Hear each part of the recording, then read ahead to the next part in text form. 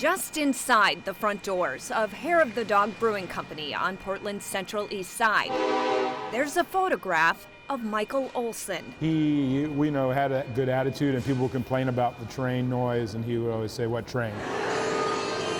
Michael started out washing dishes here. Then he became a server. And he quickly became a very popular person around here. He was very likable and lovable. And owner Alan Sprints and co-workers created this tribute after Michael's shocking murder 5 years ago, a case that remains unsolved. You know, it impacted everybody who worked here. So everybody was grieving, and a lot of people still are suffering with it. People, including Michael's parents. Sandra and Jim Olson live in Florida. Very sad. It's not something you get over as a parent. It's always there. You just learn to live with it. The night of September 30th, 2014, Michael went to a bachelor party in Southeast Portland. And they ran out of beer, so he made a beer run with his buddy. She says they were walking back to the party when Michael was attacked. This text to his parents saying, "Love you both a million, a billion," would be their last. And when I realized when he had written it, which was just a few hours before it happened to him, that made it even more special.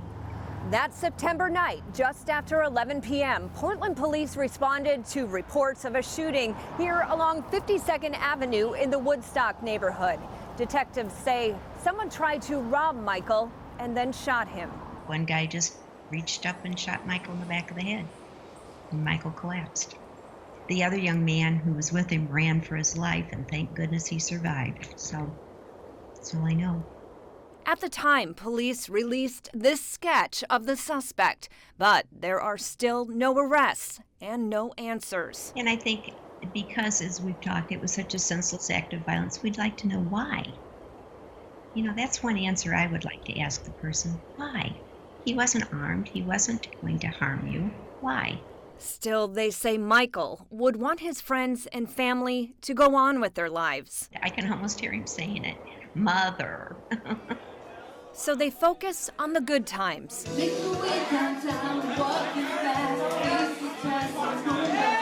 As one of the people said, Michael loved to sing both on key and off key. He was a poet. There's even a book of Michael's poetry at Hair of the Dog Brewing Company, compiled by his friends. What's important to me is one of his friends said to me, "Now I'll always have Michael's words." Family and friends also hope someone will speak up for Michael where he can't by giving information to police about his murder. Well, it's not going to bring Mikey back.